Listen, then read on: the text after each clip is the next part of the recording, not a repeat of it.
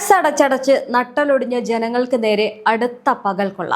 പമ്പുകളിൽ നിന്ന് സാധാരണക്കാരന്റെ വണ്ടിയുടെ കല്ലറ തോണ്ടുമ്പോൾ നമ്മൾ ഇനിയും പ്രതികരിക്കാതെ മിണ്ടാതിരിക്കണം. സാധാരണക്കാരനും സാധാരണക്കാരൻ തന്നെയാണ്. ഭരണകൂടങ്ങളുടെ സാമ്പത്തിക പരീക്ഷണശാലകളിലെ നിശബ്ദരായിട്ടുള്ള ഇരകൾ.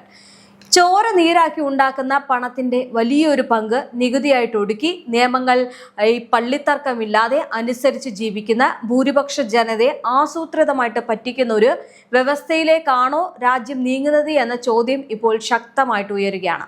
കിലോമീറ്ററുകളോളം കനത്ത വെയിലിൽ വരി നിരന്ന് കഠിനാധ്വാനത്തിന്റെ വിയർപ്പൊഴുക്കി പെട്രോൾ പമ്പുകളിൽ നിന്ന് നമ്മൾ വാങ്ങുന്ന ഇന്ധനം യഥാർത്ഥത്തിൽ നമ്മളുടെ വാഹനങ്ങളുടെ ആയുസ് പതുക്കെ കവർന്നുകൊണ്ടിരിക്കുന്ന വിഷമാണ് എന്നുള്ള കാര്യം നിങ്ങൾ ഓർക്കാതെ പോകരുത്.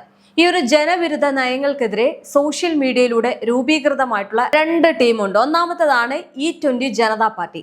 ഇനി അതുപോലെ തന്നെ റിസർവേഷൻ ഹതവോ ആന്തോളൻ, അതായത് രാജ്യത്തെ സംവരണ സംവിധാനങ്ങളെ ചോദ്യം ചെയ്യുന്ന റിസർവേഷൻ ഹതവോ ആന്തോളൻ എന്നിവ നിലവിൽ രാജ്യത്ത് പുതിയൊരു രാഷ്ട്രീയ സംവാദത്തിന് തിരികൊളുത്തിയിരിക്കുകയാണ്. വിലക്കയറ്റത്തിന്റെ അതിരൂക്ഷമായിട്ടുള്ള പ്രഹരത്തിൽ സാധാരണക്കാരന്റെ നട്ടലൊടിക്കുമ്പോൾ മറ്റു ഒരു വശത്ത് നമ്മൾ പണം നൽകി വാങ്ങുന്ന ഉൽപ്പന്നങ്ങളുടെ ഗുണനിലവാരത്തിൽ പോലും ഭരണകൂടം കൺകെട്ട് വിദ്യകൾ കാണിക്കുകയാണ്.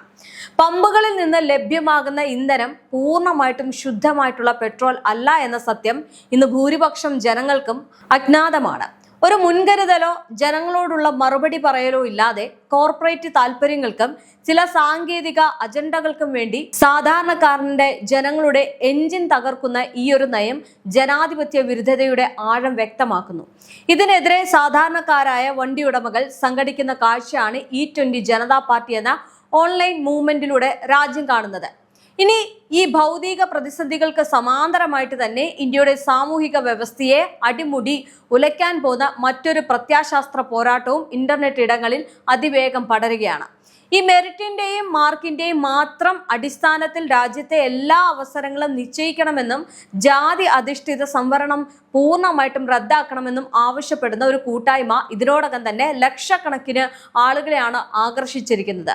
ചുരുക്കത്തിൽ ഉപഭോക്തൃ ആവശ്യങ്ങളുടെ മേലുള്ള കടന്നുകയറ്റവും സാമൂഹിക നീതിയെക്കുറിച്ചുള്ള പുതിയ തർക്കങ്ങളും ഒരേ സമയം ഇന്ത്യൻ ജനതയെ 2 തട്ടിലാക്കി നിർത്തിയിരിക്കുകയാണ്. അതാണ് ഈ നിർണായകമായിട്ടുള്ള രാഷ്ട്രീയ സാഹചര്യത്തിലൂടെ നമ്മൾ നമ്മൾക്ക് കാണാൻ സാധിക്കുന്നത്. ആദ്യം നമുക്ക് ഈ ഒരു E20 പെട്രോൾ പരീക്ഷണത്തിന്റെയും അതിന്റെ പിന്നിലെ ശാസ്ത്രീയവും പ്രായോഗികവുമായിട്ടുള്ള യാഥാർത്ഥ്യങ്ങൾ പരിശോധിക്കാം. ഇന്ന് രാജ്യത്തെ പെട്രോൾ പമ്പുകളിൽ നിന്ന് വിതരണം ചെയ്യപ്പെടുന്ന ഇന്ധനത്തിൽ 80% മാത്രമാണ്. ബാക്കി വരുന്ന 20% എന്നത് കരിമ്പ്, ചോളം തുടങ്ങിയ ജൈവ വസ്തുക്കളിൽ നിന്ന് വേർതിരിച്ചെടുക്കാവുന്ന എത്തനോൾ അഥവാ ഈഥെയിൽ ആൽക്കഹോൾ ആണ്. വിദേശ രാജ്യങ്ങളിൽ നിന്നുള്ള ക്രൂഡ് ഓയിൽ ഇറക്കുമതിയുടെ തോത് കുറയ്ക്കാനും രാജ്യത്തെ കർഷകർക്ക് സാമ്പത്തിക നേട്ടം ഉണ്ടാക്കാനും വേണ്ടി 2003 മുതൽ വിഭാവനം ചെയ്ത ഈ ഒരു പദ്ധതിയുടെ സാമ്പത്തിക ലക്ഷ്യങ്ങൾ തത്വത്തിൽ ശരിയാണെന്ന് തോന്നാം. എന്നാൽ ഇവിടുത്തെ യഥാർത്ഥ പ്രശ്നം ആരും ഈ ഒരു പദ്ധതിക്ക് എതിരല്ല എന്നുള്ളതാണ്. മറിച്ച് പൗരന്മാരുടെ മേൽ യാതൊരുവിധ മുൻകരുതലോ ബദൽ മാർഗങ്ങളോ നൽകാതെ ഇത് നിർബന്ധപൂർവം അടിച്ചേൽപ്പിക്കുന്നതിലാണ് ജനങ്ങളുടെ പ്രതിഷേധം. 2023 ശേഷം നിർമ്മിക്കപ്പെട്ട അത്യാധുനിക വാഹനങ്ങൾ മാത്രമാണ് E20 ഇന്ധന ഉപയോഗത്തിന് അനുയോജ്യമെന്ന് ഗവൺമെന്റ് തന്നെ സമ്മതിക്കുന്നുണ്ട്. അങ്ങനെയാണെങ്കിൽ അതിനു മുൻപ് വൻതുക ലോൺ എടുത്തും നികുതി ഒടുക്കിയും സാധാരണക്കാർ വാങ്ങിയ ലക്ഷക്കണക്കിന് പഴയ വാഹനങ്ങളുടെ വിധി എന്താകുമെന്ന ചോദ്യത്തിന് അധികാരികളുടെ പക്കൽ മറുപടിയില്ല. ഇന്ന് കേരളത്തിലെയും ഇന്ത്യയിലെയും ഏത് ഓട്ടോമൊബൈൽ വർക്ക്ഷോപ്പുകളിൽ ചെന്നാലും ദൃശ്യമാകുന്നത് ഈ ഇന്ധന പരീക്ഷണത്തിന്റെ ദൂരവ്യാപകമായിട്ടുള്ള പ്രത്യാഘാതങ്ങളാണ്. പഴയ ഇരുചക്ര വാഹനങ്ങളും കാറുകളും എഞ്ചിൻ തകരാറിലായി കട്ടപ്പുറത്താകുന്ന കാഴ്ച പതിവായിരിക്കുന്നു. കെമിക്കൽ ഘടന അനുസരിച്ച് എത്തനോളിന് അന്തരീക്ഷത്തിൽ നിന്നും ഇന്ധന ടാങ്കറിൽ നിന്നും ഈർപ്പം, അതായത് വെള്ളം അതിവേഗം വലിച്ചെടുക്കാനുള്ള അസാധാരണമായിട്ടുള്ള ഒരു ശേഷിയുണ്ട്. ഈ ഒരു ഈർപ്പം കാരണം ടാങ്കിലെ പെട്രോളും വെള്ളവും തമ്മിൽ അൺസ്റ്റോപ്പബിൾ മിക്സിംഗ് ഉണ്ടാവുകയും ഭാരം കൂടിയ ജലാംശം ടാങ്കിന്റെ ഏറ്റവും അടിത്തട്ടിൽ കെട്ടിക്കിടക്കാൻ തുടങ്ങുകയും ചെയ്യുന്നു. അങ്ങനെ വാഹനങ്ങൾ കുറച്ചു ദിവസങ്ങൾ സ്റ്റാർട്ട് ചെയ്യാതെ വെച്ചിരുന്നാൽ എഞ്ചിൻ പൂർണ്ണമായിട്ടും തുരുമ്പാകുന്ന അവസ്ഥയിലേക്കാണ് പോകുന്നത്. ഇതുവഴി കാർബറേറ്റുകൾ അതിവേഗം ദ്രവിക്കുകയും ഫ്യൂവൽ ഹോഴ്സ് പൈപ്പ് വെള്ളം, ഗ്യാസ് കെറ്റുകളും അതുപോലെ തന്നെ ദ്രവിച്ച് നശിക്കുകയും ചെയ്യുന്നു. സാധാരണക്കാരനെ വീണ്ടും തളർത്തുന്നത് എന്തെന്നാൽ പെട്രോളിനെ അപേക്ഷിച്ച് എത്തനോളിന് ഊർജ്ജ സാന്ദ്രത വളരെ കുറവാണ്. അതായത് അതിന്റെ ഒരു ഗുണം കൊണ്ട് തന്നെ വാഹനങ്ങളുടെ മൈലേജ് വലിയ തോതിൽ ഇടിയുന്നു. ഒരു വശത്ത് ഇന്ധനത്തിന്റെ വില കുതിച്ചുയരുമ്പോൾ മറുവശത്ത് കുറഞ്ഞ മൈലേജ് കാരണം സാധാരണക്കാർ ഇരട്ടി സാമ്പത്തിക ബാധ്യതയിലേക്ക് തള്ളപ്പെടുകയാണ് ചെയ്യുന്നത്. പുതിയ വാഹന ഉടമകൾ E20 ഉപയോഗിക്കുന്നതിൽ ആർക്കും തർക്കമില്ല.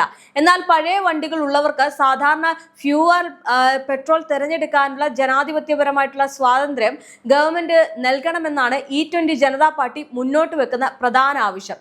ഇനി ഈ ഒരു ഭൗതിക സാങ്കേതിക പ്രതിസന്ധി നിലനിൽക്കുമ്പോൾ തന്നെയാണ് രാജ്യത്തെ സാമൂഹിക നീതിയുടെ അടിത്തറയെ ചോദ്യം ചെയ്തുകൊണ്ട് റിസർവേഷൻ ഹതോവ ആന്തോളൻ എന്ന പേരിൽ വലിയൊരു ജനവിഭാഗം രംഗത്തിറങ്ങിയിരിക്കുന്നത്. വിദ്യാർത്ഥികൾക്കും ഉദ്യോഗാർത്ഥികൾക്കും ജാതിയുടെ അടിസ്ഥാനത്തിലല്ല, മറിച്ച് കേവലം മാർക്കിന്റെയും മെറിറ്റിന്റെയും മാത്രം അടിസ്ഥാനത്തിൽ അഡ്മിഷനുകളും ജോലികളും നൽകണമെന്നാണ് ഇവരുടെ പ്രധാന വാദം. ഈ പ്രഥമ ദൃഷ്ട്യാ ഈ ഒരു വാദം ന്യായമാണെന്ന് തോന്നാമെങ്കിലും ഇതിന്റെ ആഴങ്ങളിലേക്ക് ഇറങ്ങിച്ചെല്ലുമ്പോൾ മാത്രമാണ് ഇതിലെ അപകടങ്ങൾ വ്യക്തമാകുന്നത്. അതായത് നൂറ്റാണ്ടുകളായിട്ട് ഭാരതത്തിൽ നിലനിന്നിരുന്ന ക്രൂരമായിട്ടുള്ള ജാതി വ്യവസ്ഥയുടെയും സാമൂഹികമായിട്ടുള്ള മാറ്റി നിർത്തലുകളുടെയും ഫലമായിട്ട് മുഖ്യധാരയിൽ നിന്നും പൂർണ്ണമായിട്ടും അടിച്ചമർത്തപ്പെട്ട വലിയൊരു ജനവിഭാഗം ഇന്നും നമ്മുടെ രാജ്യത്തുണ്ട്. അവർ അനുഭവിച്ച കഷ്ടപ്പാടുകളുടെയും വിവേചനങ്ങളുടെയും ആഫ്റ്റർ എഫക്റ്റ് ഇന്നും അവരുടെ തലമുറകളിൽ പ്രകടനമാണ്. അതുകൊണ്ട് തന്നെ ചരിത്രപരമായിട്ടുള്ള ആ ഒരു വിവേചനങ്ങൾക്ക് പരിഹാരമാണ് സംവരണം. ഇനി ശീതീകരിച്ച മുറികളിൽ ഇരുന്ന് ലക്ഷങ്ങൾ ഫീസ് നൽകി പ്രശസ്തമായിട്ടുള്ള കോച്ചിങ് സെന്ററുകളിൽ പഠിക്കാൻ ഭാഗ്യം സിദ്ധിച്ച ഒരു പ്രിവിലേജ് കുട്ടിയുടെ സാഹചര്യവും അടിച്ചുറപ്പില്ലാത്ത കൊച്ചു വീടുകളിലിരുന്ന് അടിസ്ഥാന സൗകര്യങ്ങൾക്കായിട്ട് പോരാടി പഠിക്കുന്ന മറ്റൊരു കുട്ടിയുടെ സാഹചര്യവും ഒരേ തട്ടിൽ വെച്ച് അളക്കാൻ സാധിക്കില്ല. അത്തരം വ്യത്യസ്തമായിട്ടുള്ള രണ്ട് ജീവിത സാഹചര്യങ്ങളെ കേരളം മാർക്കിന്റെ മാത്രം അടിസ്ഥാനത്തിൽ തുലനം ചെയ്യുന്നത് അസമത്വത്തെ കൂടുതൽ ശക്തമാക്കുകയുള്ളൂ. പലരും തെറ്റിദ്ധരിച്ചിരിക്കുന്നത് പോലെ സംവരണം എന്നത് ദാരിദ്ര്യം നിർമ്മാർജ്ജനം ചെയ്യാനുള്ള ഒരു സാമ്പത്തിക സഹായ പദ്ധതിയല്ല, മറിച്ച് ഭരണകൂടത്തിലും അധികാര കേന്ദ്രങ്ങളിലും എല്ലാ ജനവിഭാഗങ്ങൾക്കും തുല്യ പങ്കാളിത്തം ഉറപ്പാക്കാനുള്ള സാമൂഹിക നീതിയുടെ ഉപകരണമാണ്.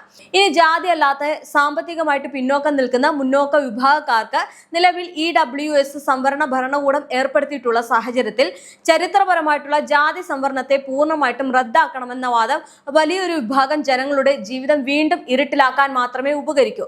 ചുരുക്കത്തിൽ ഉപഭോക്തൃ വിപണിയിലെ തട്ടിപ്പുകളും സാമൂഹിക മാധ്യമങ്ങളിലെ വൈകാരികമായിട്ടുള്ള ചർച്ചകളും ഒരേ സമയം രാജ്യത്തെ സാധാരണക്കാരനെ സ്വാധീനിക്കുന്നുണ്ട്. ഒരു വശത്ത് ഇന്ധനത്തിന്റെ പേരിൽ ജനങ്ങൾ ചൂഷണം ചെയ്യപ്പെടുമ്പോൾ അതിനെതിരെ സംസാരിക്കുന്ന അല്ലെങ്കിൽ ജനങ്ങൾ കാണിക്കുന്ന അതേ ആവേശം സംവരണം പോലുള്ള ഗൗരവമേറിയ സാമൂഹിക വിഷയങ്ങളിൽ കൃത്യമായിട്ടുള്ള പഠനങ്ങളില്ലാതെ നിലപാടുകൾ സ്വീകരിക്കുമ്പോൾ പ്രതികൂലമായിട്ട് ഭവിക്കാനിടയുണ്ട്. എന്തായാലും രണ്ട് കാര്യങ്ങളാണ് ഇവിടെ പറഞ്ഞിരിക്കുന്നത്. ഒന്ന് സംവരണം, അതായത് എങ്ങനെയാണ് ഒരു കുട്ടി അല്ലെങ്കിൽ പിന്നോക്കം നിൽക്കുന്ന സാമ്പത്തികമായിട്ട് പിന്നോക്കം നിൽക്കുന്ന ഒരു കുട്ടി ഒരുപക്ഷെ അല്ലാതെ അവരുടെ ജാതി വ്യവസ്ഥ വെച്ചിട്ട് ഒരുപക്ഷെ മുന്നോക്കം ആയിരിക്കാം, എങ്കിൽ പോലും ആ കുട്ടിക്ക് അവിടെ നീതി ലഭിക്കുന്നില്ല. അപ്പോൾ അത്തരം കാര്യങ്ങളിൽ, അതായത് ഒരു പരീക്ഷ എഴുതി കഴിഞ്ഞാലോ അല്ലെങ്കിൽ ഒരു ജോലിക്ക് വേണ്ടിയിട്ടോ പോയി കഴിഞ്ഞാൽ സാമ്പത്തികപരമായിട്ട് പിന്നോക്കം നിൽക്കുന്നവരെ പരിഗണിക്കണം എന്നുള്ള ആവശ്യമാണ് അവർ ശക്തമായിട്ട് മുന്നോട്ട് വെക്കുന്നത്. ഇനി E20യുടെ കാര്യവും അതുപോലെ തന്നെയാണ്. പെട്രോൾ ഒഴിക്കാതെ മീഥൈൽ കലക്കിയ ഈ ഒരു ദ്രാവകം അതിൽ ഉപയോഗിക്കുമ്പോൾ അല്ലെങ്കിൽ മിക്സ് ചെയ്ത് ഉപയോഗിക്കുമ്പോൾ അത് സാധാരണ ജനങ്ങളുടെ വലിയൊരു വയറ്റത്തടിയായിട്ട് മാറുന്നു എന്നുള്ള സത്യമാണ് ഇതിൽ നിന്ന് മനസ്സിലാക്കാൻ സാധിക്കുന്നത്. അതുകൊണ്ട് തന്നെ ഇത്തരം നീക്കങ്ങൾ കേന്ദ്ര സർക്കാർ ചെയ്യുമ്പോൾ അതിനെതിരെ വലിയൊരു ജനവിഭാഗം ഒരു കൂട്ടായ്മയിലൂടെ മുന്നോട്ട് വരുമ്പോൾ അത് എത്രത്തോളമായിരിക്കും രാജ്യത്തെ ബാധിക്കാൻ പോകുന്നത്, അല്ലെങ്കിൽ അത് രാജ്യം എത്രത്തോളം നോക്കിക്കാണും എന്നുള്ളത് വരും ദിവസങ്ങളിൽ മാത്രമേ അറിയാൻ കഴിയൂ. എന്തായാലും ഈ രണ്ട് നിർണായക തീരുമാനങ്ങൾ ഇപ്പോൾ ഓൺലൈൻ ചർച്ചകളിൽ വലിയ രീതിയിൽ തന്നെ ഉയരുകയാണ്. മാത്രമല്ല ഈ രണ്ട് കാര്യങ്ങളും സാമൂഹിക മാധ്യമങ്ങളിൽ രണ്ട് രാഷ്ട്രീയ ഒരു പാർട്ടി അല്ലെങ്കിൽ ഒരു ഓൺലൈൻ അല്ലെങ്കിൽ ഒരു സാമൂഹിക മാധ്യമത്തിലെ ഒരു ഭാഗമായിക്കൊണ്ട് അതിനെതിരെ പ്രവർത്തിക്കുമ്പോൾ അതിനെ ജനങ്ങൾ പിന്തുണയ്ക്കുന്നതും അല്ലെങ്കിൽ ഈ കേന്ദ്ര സർക്കാരിന്റെ ഇത്തരം അടിച്ചമർത്തലുകളും അതുപോലെ തന്നെ അവർ കാണിക്കുന്ന ഈ അനീതിയൊക്കെ ചോദ്യം ചെയ്യപ്പെടുമ്പോൾ ഒരുപക്ഷെ ഈ ജനാധിപത്യം തകർക്കാൻ വന്നവർക്ക് വലിയൊരു വെല്ലുവിളിയായി മാറാൻ സാധ്യതയുണ്ട്. അതുകൊണ്ട് തന്നെയാണ് പലരുടെയും വായടപ്പിക്കാൻ ഈ കേന്ദ്ര സർക്കാർ നോക്കുന്നത്. പക്ഷേ ഈ കോക്രോച്ച് ജനതാ പാർട്ടിയുടെ പ്രതിഷേധം കണ്ടതിന് ശേഷം ഒരുപാട് പേർക്ക് ധൈര്യമായി. അതുകൊണ്ട് തന്നെയാണ് ഇത്തരം കാര്യങ്ങൾ ചോദ്യം ഉന്നയിച്ചുകൊണ്ട് ആളുകൾ വരുന്നതും ഇത്തരം സോഷ്യൽ മീഡിയയിൽ അവരുടെ പേജുകൾ ഉയർന്നു വന്നുകൊണ്ട് അതിനെ ആളുകൾ സപ്പോർട്ട് ചെയ്യുന്നതും.